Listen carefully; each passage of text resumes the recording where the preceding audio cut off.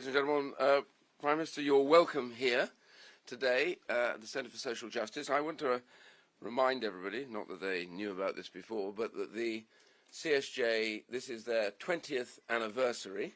So you're here at a good time, not just because, Prime Minister, you're going to make a very important speech, but also because the Centre for Social Justice has been working with governments of both persuasions, but certainly trying to change the way that people live their lives to get a better life and better outcomes as a result of that. And this is the 20th year of that. It's worth just reminding ourselves as well that the CSJ, which I set up, was probably in a room about 10% of this. There were 4 of us. You couldn't swing a cat. Well, you're not meant to. Anyway, I don't think. But, you know, who knows what happened when I wasn't there. But the reality was that was about it. And nobody really wanted to know about us, the story of our lives. But it did change progressively after that. And so much of what we've done has been about that. The 5 pathways we set, which were getting people out of poverty, is hugely not just about giving more money, but it's much more about structure of lives and the way that you're able to deliver to your lives. And the 5 pathways that we set them up for was family breakdown and dysfunction, debt, addictions, worklessness, and failed education. And those 5 pathways seemed to us to constantly be there when people were unable to seek work, unable to get work, in communities that were deprived, riven with drugs and crime. These tended to be key elements of the reasons why people were trapped in this. And that has been the principles of the Centre for Social Justice since, and all the reports that we've done.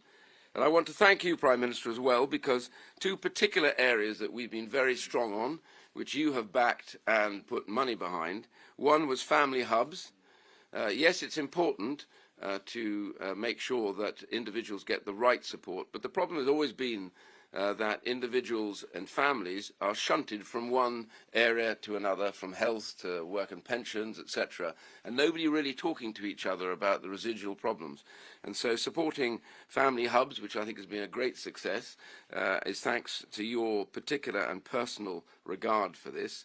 And the second one is universal credit, which started here at the Centre for Social Justice, which I then had to take through when I was in power and now exist, I think is a major benefit. But the one thing about it is it tells us all about what's going on in a family household for the first time. Not just individual claims, but the whole household's income is now known to us. We know, therefore, what is the condition of that family rather than the individual. The important thing about that was we wanted to set alongside that a thing called family universal support. Universal support is once you now know what the problems in a family are, you can then take other ways to deal with their problems so that they can get back to work, not just be treated as perennially unemployed. And I'm pleased to note, with Mel and yourself, and of course the Chancellor, that you've now put money behind supporting universal support, and I want to thank you very much for that as well. So it's a great privilege for us to have you here, Prime Minister, so welcome and thank you very much indeed.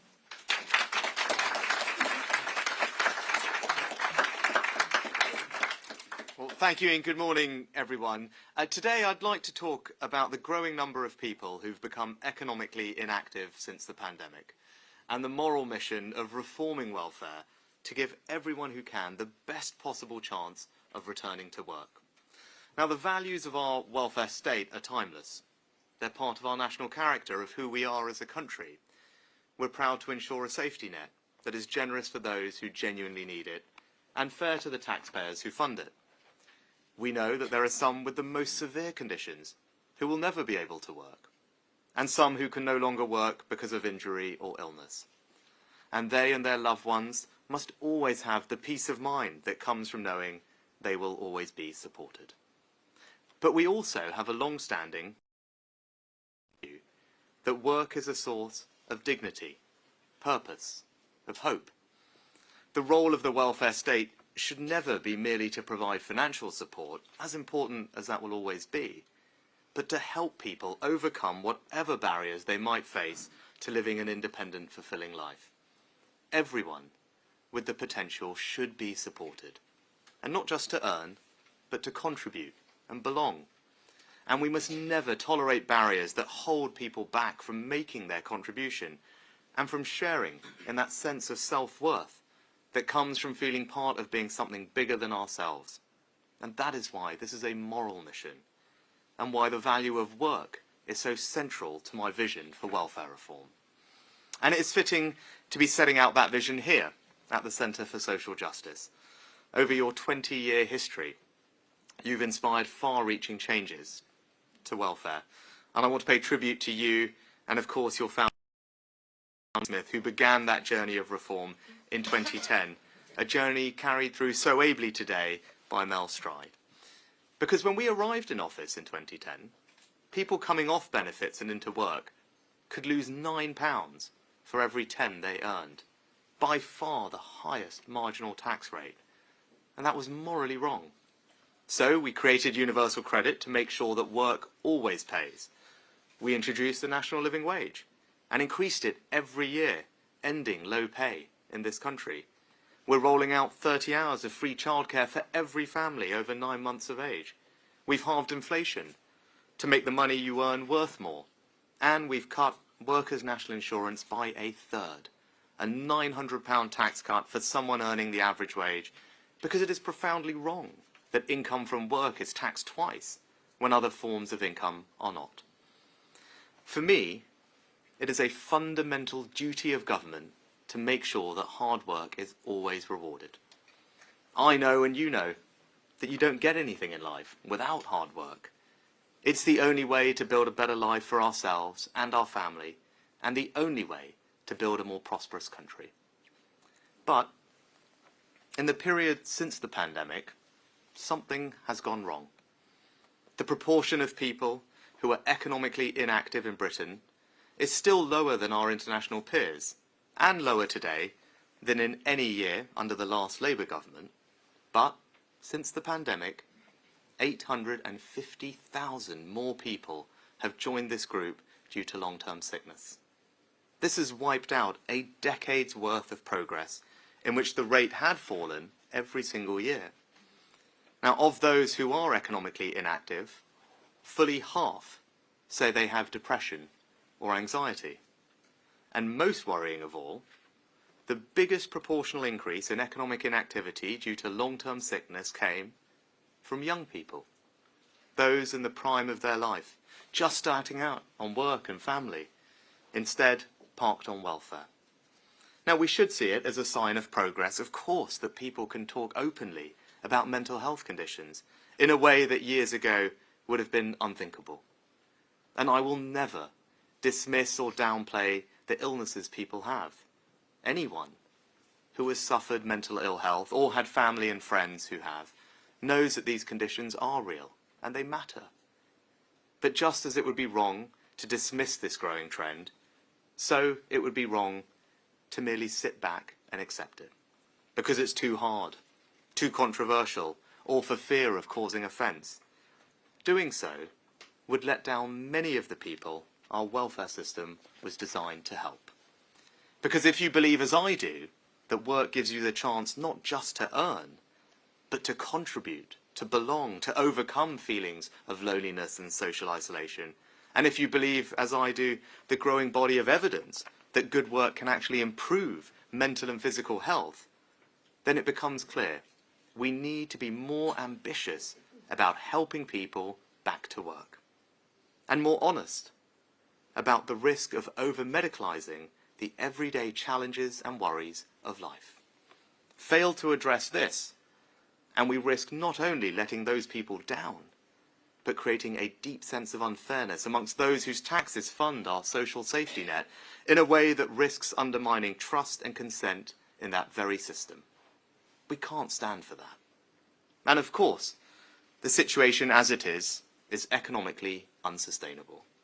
We can't lose so many people from our workforce whose contributions could help to drive growth. And there's no sustainable way to achieve our goal of bringing down migration levels, which are just too high, without giving more of our own people the skills, incentives and support to get off welfare and back into work. And we can't afford such a spiralling increase in the welfare bill and the irresponsible burden that will place on this and future generations of taxpayers. We now spend £69 billion on benefits for people of working age with a disability or health condition. That's more than our entire schools budget, more than our transport budget, more than our policing budget. And spending on personal independence payments alone is forecast to increase by more than 50% over the next 4 years. Let me just repeat that. If we do not change, it will increase by more than 50% in just 4 years. That's not right. It's not sustainable, and it's not fair on the taxpayers who fund it. So, in the next Parliament, a Conservative government will significantly reform and control welfare. Now, this is not about making our safety net less generous, or imposing a blanket freeze on all benefits, as some have suggested. I'm not prepared to balance the books on the backs of the most vulnerable. Instead, the critical questions are about eligibility, about who should be entitled to support, and what kind of support best matches their needs. And to answer these questions, I want to set out today 5 Conservative reforms for a new welfare settlement for Britain. First, we must be more ambitious in assessing people's potential for work. Right now, the gateway to ill health benefits is writing too many off, leaving them on the wrong type of support and with no expectation of trying to find a job with all the advantages that that brings. In 2011, 20% of those doing a work capability assessment were deemed unfit to work. But the latest figure now stands at 65%. That's wrong. People are not 3 times sicker than they were a decade ago. And the world of work has changed dramatically. Now, of course, those with serious, debilitating conditions should never be expected to work.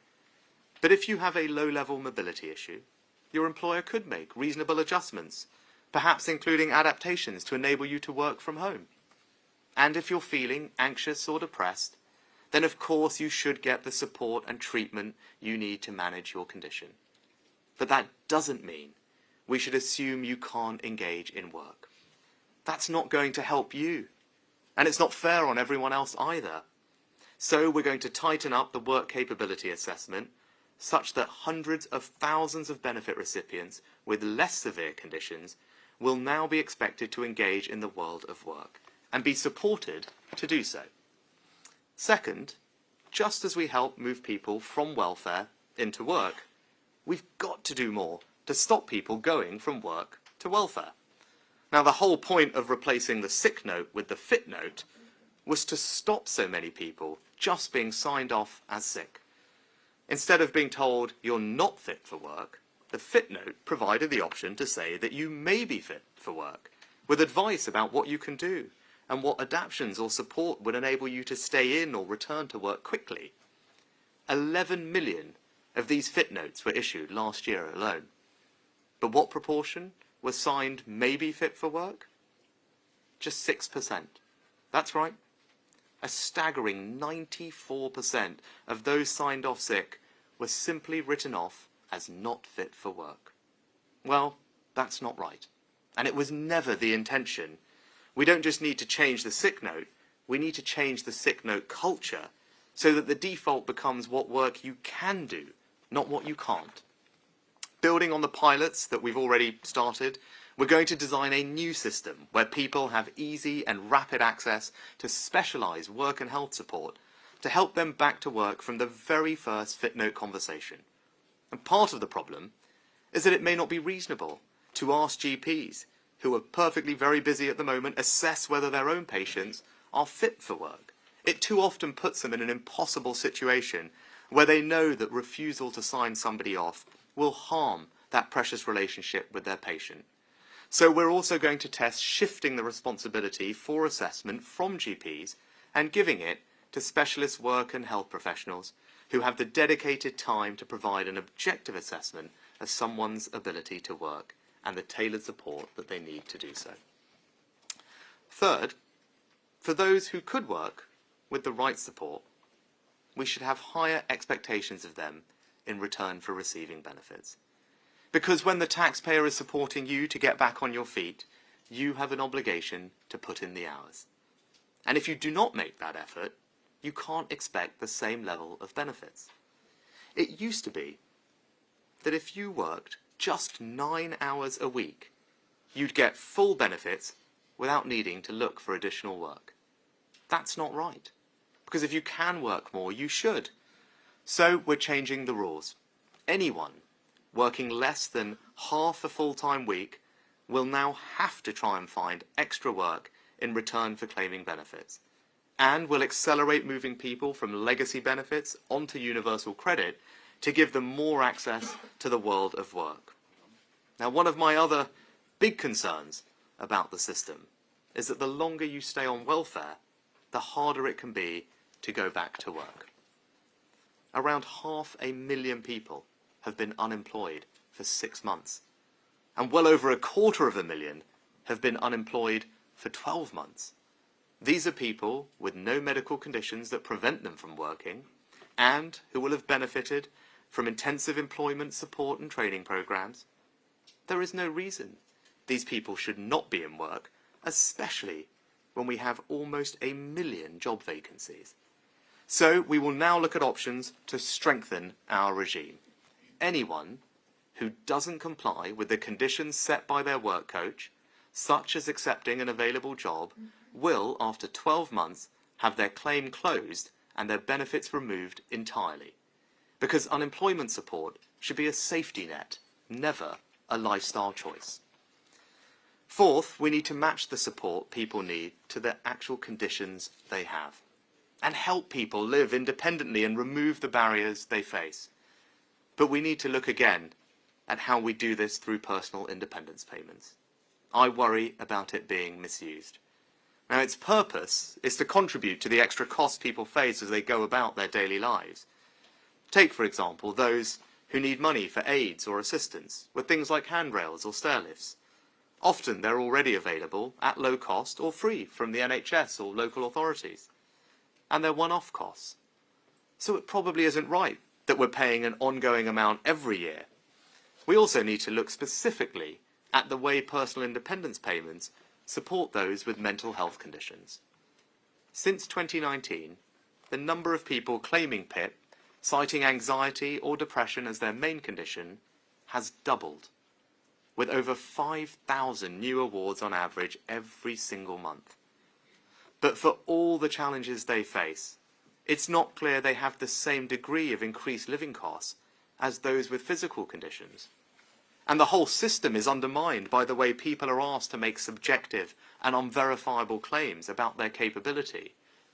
So, in the coming days, we will publish a consultation on how we move away from that to a more objective and rigorous approach that focuses support on those with the greatest needs and extra costs. We will do that by being more precise about the type and severity of mental health conditions that should be eligible for PIP. We'll consider linking that assessment more closely to a person's actual condition and requiring greater medical evidence to substantiate a claim. All of which will make the system fairer and harder to exploit. And we'll also consider whether some people with mental health conditions should get PIP in the same way through cash transfers, or whether they'd actually be better supported to lead happier, healthier and more independent lives through access to treatment, like talking therapies or respite care. I want to be completely clear about what I'm saying here. This is not about making the welfare system less generous to people who face very real extra costs from mental health conditions. For those with the greatest needs, we actually want to make it easier to access with fewer requirements. And beyond the welfare system, we're delivering the largest expansion in mental health services in a generation, with almost £5 billion of extra funding over the past 5 years, and a near doubling of mental health training places. But our overall approach is about saying that people with less severe mental health conditions should be expected to engage in the world of work.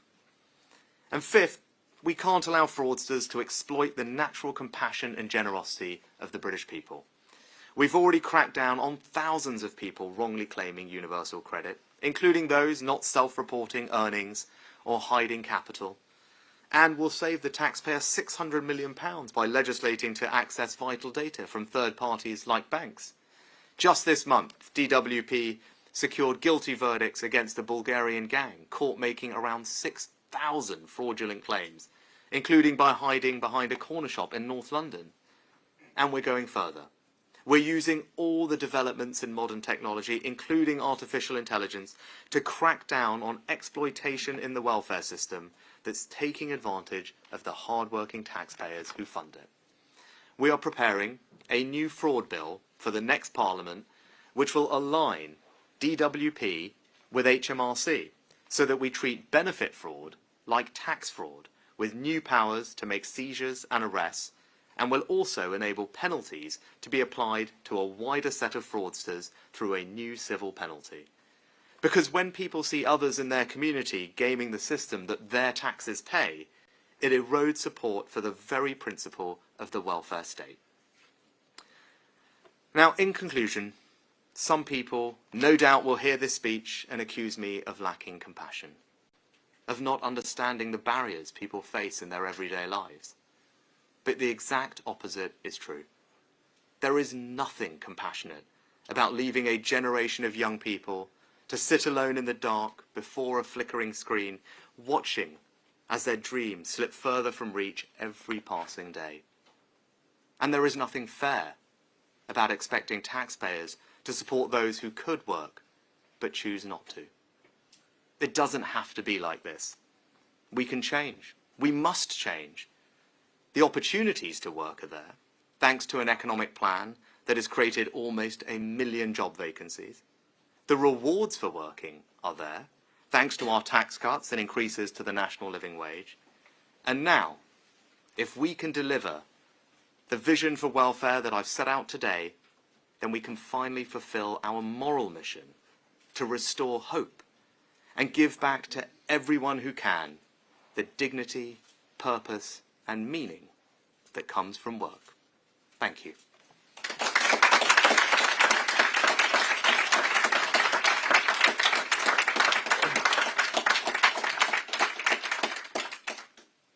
Thank you. So we've got lots of time for some questions from the media.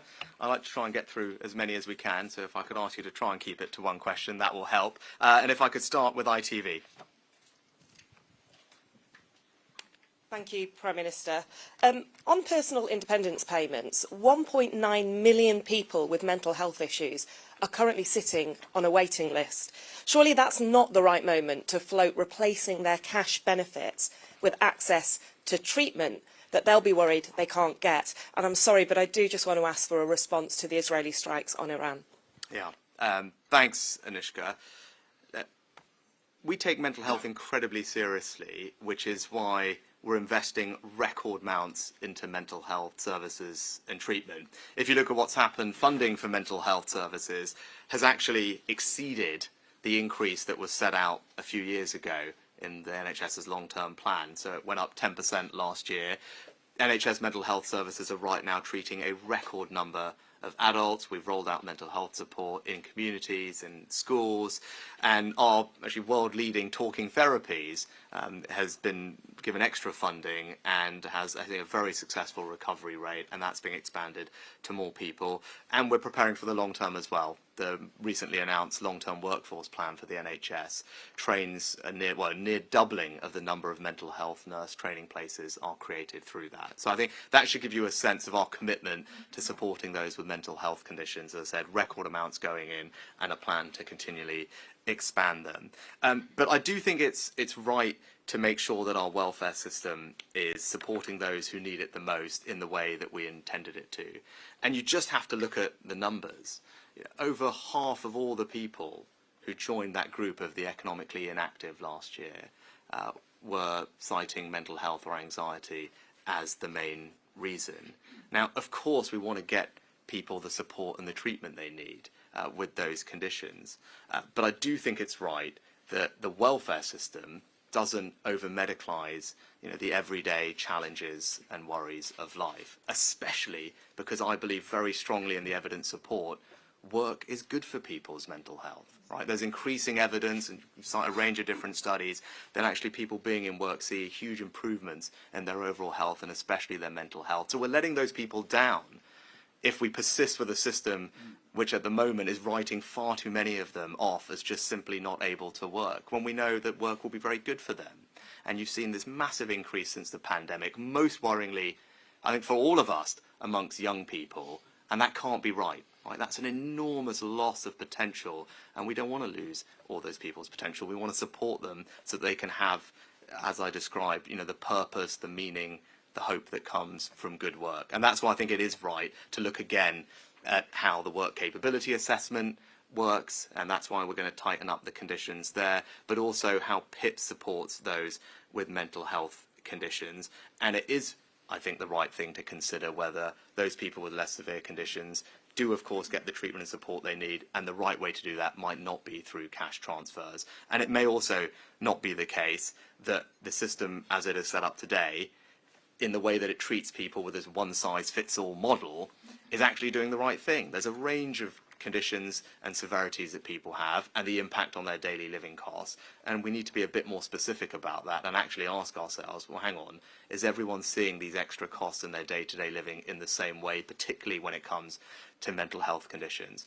And I think, as I said, the numbers speak for themselves. If we don't do anything, the PIP bill alone is forecast to increase by 50% in just 4 years.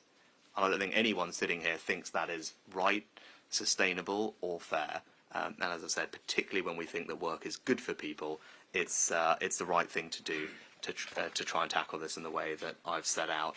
With the situation overnight, as you would appreciate, it's a developing situation. It wouldn't be right for me to speculate until the facts become clear, and we're working to confirm the details together with allies. You know, we have condemned Iran's reckless and dangerous barrage of missiles against Israel on Saturday, and Israel absolutely has the right to self-defense. But as I said to Prime Minister Netanyahu when I spoke to him last week, and more generally, significant escalation is not in anyone's interest. What we want to see is calm heads prevail across the region. Next, we go to LBC. Thank you very much, Prime Minister. I just wanted to ask, Job Centre staff have already reported across the country unsustainable workloads and huge backlogs. Under this plan, they're going to have 400,000 more people to support into work. That is a lot of people. Are you confident that they're going to be able to manage that? And I have to ask as well, should Mark Menzies quit as an MP? So, on, let me just take the second one first. It's right that Mark Menzies has resigned the Conservative Whip. He's been suspended from his position as a trade envoy whilst the investigations into those allegations continue. You know, for our part, I can't comment on our ongoing investigation while it's happening, and he's no longer a Conservative MP, as I said. Now, with regard to work coaches, they do a fantastic job, actually, and they deserve an enormous amount of our praise for what they do. Because they're doing something actually incredible. I mean, they are transforming people's lives, right? Moving someone off welfare into work is an incredibly special moment, right? And any of us who have worked with them and heard about those stories or talked to constituents, colleagues in our communities who have made that transition will know what an incredible moment it is. Ian and I were talking about that just before we came in, and Ian's spoken about it so eloquently in the past. You know, work is an enormous force for good. You know, I believe this very strongly. It actually, when I first created the furlough scheme and people asked me about it, what drove me to do that was my belief in the fundamental importance of work to people's lives. It gives you purpose. It gives you dignity. It gives you pride. It gives you a sense of belonging. It gives you hope. And it's not just about, obviously, the financial security that it brings. It's about all those other things that strengthen your life. And, you know, we don't get anywhere in life without working, whether it's individuals, our family, or indeed the country. That's why, you know, I created the furlough scheme, because jobs are so important to me, and it's why this agenda for welfare reform is so important to me. And the people on the front line who are doing it are our work coaches. They are the people that are supporting people into work, and they deserve an enormous amount of thanks and praise for everything they do, and rightly championed by Mel. And Mel has worked really well with the Chancellor to secure extra funding for all our job coaches and our job centres and our work coaches. Ian talked about things like universal support in his opening remarks. So actually, we've invested probably over the last 2 or 3 budgets and fiscal events, literally billions of pounds into new programmes that go into supporting our work coaches. Mel could explain all the details afterwards. There's universal support, there's work well. All of these things essentially provide work coaches with more resources, more work coaches to support more people to help them into work. So we've approached this from lots of different ways. It's not just about reforms of the welfare system, it's about proactive support, wraparound support. We've also invested in training as well. So actually, for all the people that we want to help, they have now access to completely free training, level 2, level 3 qualifications, skills boot camps, all of these initiatives designed to help them get into work. So we are wrapping our arms around these people and helping them with everything that we've got. And we're also using new technology. And I talked a little bit about AI on the fraud side, but we're also using technology to act as a co-pilot, essentially, for work coaches so that it can make their lives easier. And we've already started rolling that out. The results are incredible in the amount of time that it saves work coaches. We've got more to do. But that's why it's so important that you've got, in this government, a government that understands the potential of technology to transform public services. We all want more out of public services and we'd all prefer to pay less taxes. One way to square that circle is to make sure that we use technology to drive up productivity. And actually, the work Mel's doing across our job centres is a great example of that. And that's only going to improve over time. And that's why actually using AI and other technologies, making work coaches' life easier, saving them from the bureaucracy that they're going through with the forms, is paying real dividends and will only make life easier going forward. Next, we go to the BBC. Vicky Young, BBC. Could you talk a bit more about the fit notes and the changes you want to make? Who is going to do this instead of GPs? Are there professionals? What training will they get? How will you recruit them, given that there does seem to be an issue with recruitment in the NHS at the moment? And if you're going to have a more tailored service, that will, of course, take up more time and be more complicated. Isn't that going to just add to the backlog? And secondly, why did you wait so long before acting on the serious allegations about Mark Menzies? So on Mark Menzies, I've already addressed that, and as I said, there's an ongoing investigation, so I can't really comment whilst that's ongoing. On the fit note, the broader point here, before we get into the practicalities of what we're doing, is the why, and it's just to remind everyone of what I said. Right? When we went from a sick note to a fit note, the whole point was we were trying to say, hang on, there's lots of work people may be able to do. Right? And we need flexibility in this gateway to focus on what people can do, not what they can't. But that hasn't happened. As I said, 94% of the 11 million fit notes last year were not fit for work. Right? So this idea that we would have more flexibility, focus more on what people may be able to do, hasn't happened. And that's why I think it's right that we look at this. We've already started pilots. And so Mel's already been rolling out some pilots across the country to trial different ways in local areas. Today we're publishing our call for evidence, because I'm not saying I'm standing here today with the precise answer of what it's going to look like, but we're going to ask people's views. We're going to trial a range of different things. But I do think that there is an argument for moving away, as I said, from GPs doing this, who obviously there's a lot of demands on GPs, and it may be that this is better done by other professionals. Also, GPs have a quite special relationship with their patients, and inserting this into it puts them sometimes you talk to them in a difficult position because they don't want to damage that relationship with their patient, and it may be harder for them to be as objective. And I think the Royal College of General Practitioners has kind of welcomed the call for evidence today. So that we want to explore different models. There's a range of different options you can do, but we want to figure out, well, what's a system that's efficient, that's got the right number, the right expertise and skills of people to make these objective assessments, and do it in a way that is fair, that is also focused on figuring out what people can do, not what they can't, so that we change the culture around this whole process. So that's the approach on fit notes. As I said, call for evidence is published today, but I think there's a very strong argument for changing our current system because it's not delivering on the aims that it originally set out to deliver. And as I said, if you believe, like me, work is a good thing, we've got to have a system and a culture that recognises that and encourages it. And the current fit note system, unfortunately, is not delivering that for any of us. Next, we go to GB News. Christopher Hope from GB News. Prime Minister, is this sick note culture a generational thing? Are you basically saying that Britain's got to pull itself together, go back to work, to older people just get on with it, and younger people don't want to? And can I ask you a question about the Rwanda flights? You now won't say these flights will take off by the end of spring. Will you say they'll take off by the end of the summer? Right. So on this question of mental health, I just want to be really clear. I'm not in any way saying that mental health isn't a serious condition. Of course it is, and that's why, as I outlined earlier, we've invested a record amount in it, record amount of people getting treated for it, and it is a very welcome thing that we all can talk and acknowledge mental health issues in a way that we wouldn't or couldn't have done a decade ago. And look, if you're feeling anxious or depressed, then of course you should get the support and the treatment that you need to manage your conditions. But that doesn't mean that we should assume you can't engage in the world of work, because that isn't going to help you when all the evidence says that work can be good for your mental health. And what we need to not do is risk over-medicalising these things when it comes to the welfare system, and over-medicalising what are essentially the everyday challenges and anxieties of life. Right? That is distinct from a welfare system that recognises people with severe conditions need very specific help and support. You know, for lots of other people with less severe conditions, they can and should be expected to engage in the world of work, and that's why we're going to reform the work capability assessments again and look at how PIP treats these conditions. But this point on young people is important, and I said it should worry all of us. The biggest proportional increase in the group of people who have become economically inactive since the pandemic is young people. Right? That is a tragedy.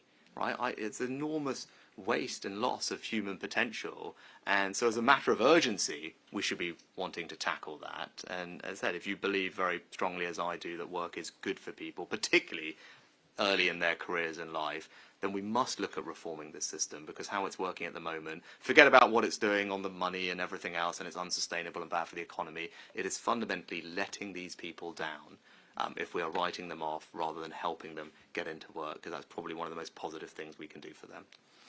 On Rwanda, look, the very simple thing here is that repeatedly everyone has tried to block us from getting this bill through. And you know, yet again, you saw it this week. You saw, you know, Labour peers blocking us again, and that's enormously frustrating. Everyone's patience with this has run thin. Mine certainly has. So our intention now is to get this done on Monday. No more prevarication, no more delay. We are going to get this done on Monday, and we will sit there and vote until it's done. I think everyone will be able to see that there's a clear choice here. You've got a Conservative government that is doing absolutely everything it can to pass this bill, so that after that we, soon as practically possible, can get flights to leave to Rwanda and build that deterrent so that we can stop the boats. And you've got a Labour Party that is doing absolutely everything it can to delay and frustrate us in that aim. I think the British people can see that very clearly, but we're not deterred. We're going to do everything we can to stop the boats and get. As I said, look, the priority now is to get this bill passed. Right, at the end of the day, like, we've got to get this bill passed, and I said now very clearly we're going to get this done on Monday. We don't want any more prevarication or delay. Enough from the Labour Party. We're going to get this bill passed, and then we will work to get flights off so we can build that deterrent, because that is the only way to resolve this issue. If you care about stopping the boats, you've got to have a deterrent. You've got to have somewhere that you can send people so that they know if they come here illegally, they won't get to stay. It's as simple as that. The bill is the way we're going to deliver that. Next, we'll go to the Daily Mail. Thanks, PM. Jason Gross from the Daily Mail. You talk in your speech about removing benefits entirely from long-term unemployed who won't take a job.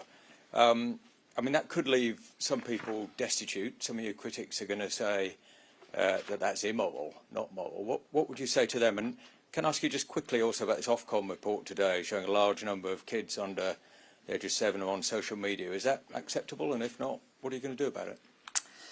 So, look, on this issue that you've mentioned, Jason, I think this is actually it's important we have a very clear and honest conversation about this. You know, welfare should always be a safety net and not a lifestyle choice. Right? I think that's something I believe. I think that's probably something everyone in this room believes. And we've got a situation at the moment where we've got 500,000 people, around 500,000 people, who have been on unemployment benefits for 6 months. 250,000 people who have been on benefits for 12 months. Right? At a time when we've got, thanks to our management of the economy, around 1 million job vacancies. right? And these are people who don't have any medical condition that bars them from working. These are people who've benefited from all the support that Mel has put in place and Gillian's put in place with the skills side. So there's an enormous amount of support for these people. No medical conditions while they can't work, and yet we have, as I said, 500,000 of them who are kind of on benefits for a long time, right? And I worry very much about benefits becoming a lifestyle choice. That is not good, obviously not good for the economy, not good for the public finances and taxpayers. It's not fair, but it's not good for those people if you believe, like I do, that work is the best way to improve their lives. And you talk about their financial circumstances, you know, a typical adult moving from unemployment into work will be £7,000 a year better off, thanks to the reforms from universal credit, our tax cuts, the national living wage, £7,000 a year better off.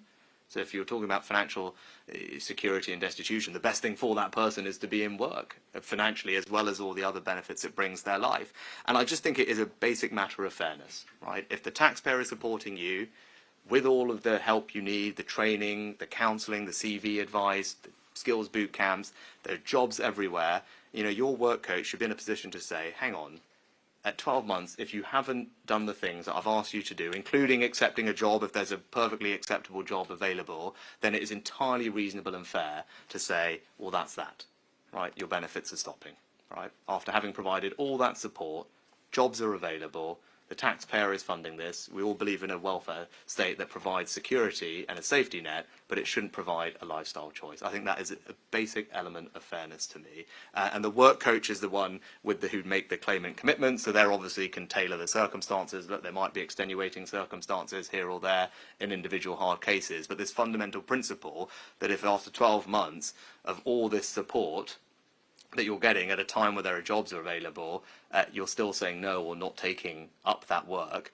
it just doesn't seem right or fair to me that that should be allowed to continue and that that welfare should be a lifestyle choice. It's just simply not fair on everyone else. It undermines, actually, the very compassionate welfare system that all of us believe in, and that's why I think it's right that we do that, and that's why we'll take those reforms forward. As I said, that's what a future Conservative government will deliver in a reform welfare system. Next, if we go... Oh, right, yes. Well, we're drifting into multiple questions, I notice, lately.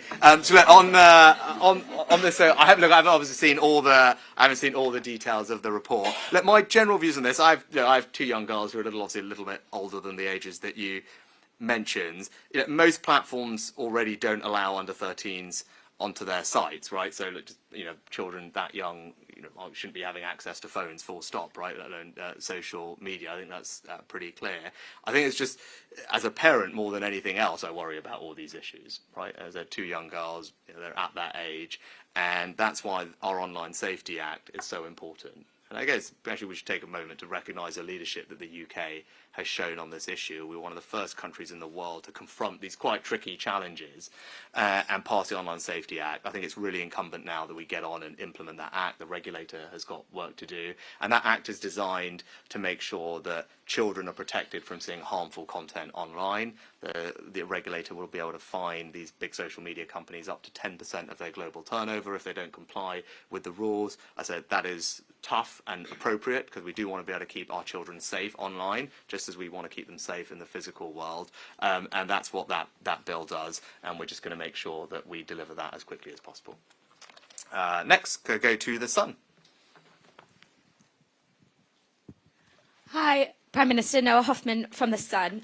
While Boris Johnson was being probed by the police over potential lockdown breaches, Angela Rayner suggested that he should stand aside. Is it your view that she should practice what she preaches and stand aside as well? Well, look, when it comes to that issue, I think I made my point of view clear on Wednesday in Parliament. I think the question actually is for Keir Starmer, right? And the question is for Keir Starmer as to why he's refusing to himself read the advice that seems to exist, why it's not been published, and make a decision on this. And I think that actually just displays a lack of leadership and weakness on his part. There clearly are questions to answer. That's clear for everyone to see. And he, rather than kind of hiding behind his team, just actually read the advice himself, publish the advice, and clear this up. Obviously, I'm not going to comment on ongoing police investigation, but that's what I said on Wednesday, and that's what I think the right thing to do is. Next, we go to The Times. Chris Meyer from The Times. when it comes to mental health, Prime Minister, is what you're saying that there's an issue with the structure of the welfare system and the health service, or are you saying Britain has a broader cultural problem with the way it thinks about mental health, and particularly thinks that it can only have a medical solution? And in terms of the cost of this, obviously PIP was meant to reduce costs when it was introduced. It very much had the opposite effect. How will you avoid the same happening again? Will you include some kind of explicit commitment that these reforms have to reduce the cost of the system? Yeah, so Chris, good questions. Look, on mental health, I'll probably echo a little bit of what I've said, before.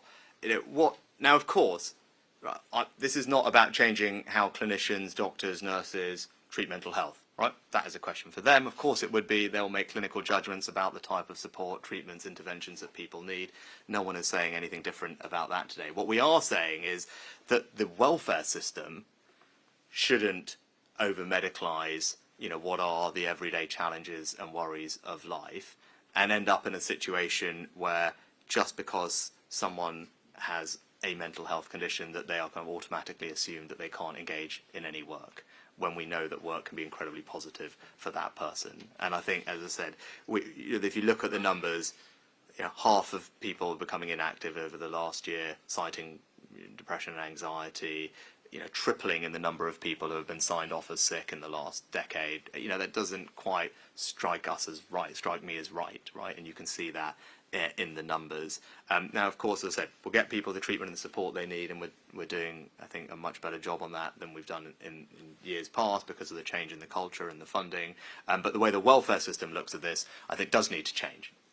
And that's the point that we've been making. And whether we change the WCA gateway, change how PIP looks at this, so that we can support people with the treatment, that's how we'll get the change. And particularly when it impacts young people, that's not something any of us want to see, that lost generation of talent with huge waste of potential. And then on PIP, look, what my concern is that increasingly, there is evidence to suggest that PIP is not working in the way that it was intended. It's been over a decade since it was introduced. It's reasonable that we look at it. And since the pandemic, what you've seen, that I think we need a more objective assessment process that more accurately reflects what people's needs and extra costs. So I think the first thing, you'll see this green paper next week when we publish it, but the first thing it will look at is how do we do that? How do we inject more objectivity into the process and link the assessment more closely to a person's condition and potentially require greater medical evidence to substantiate the claim. So that's the first thing that the consultation will look at. The second thing will be moving away from this one-size-fits-all cash transfer model, right, which channels people instead to support that is tailored towards their individual needs, whether that be in-kind or service-based provision or referrals to alternative interventions.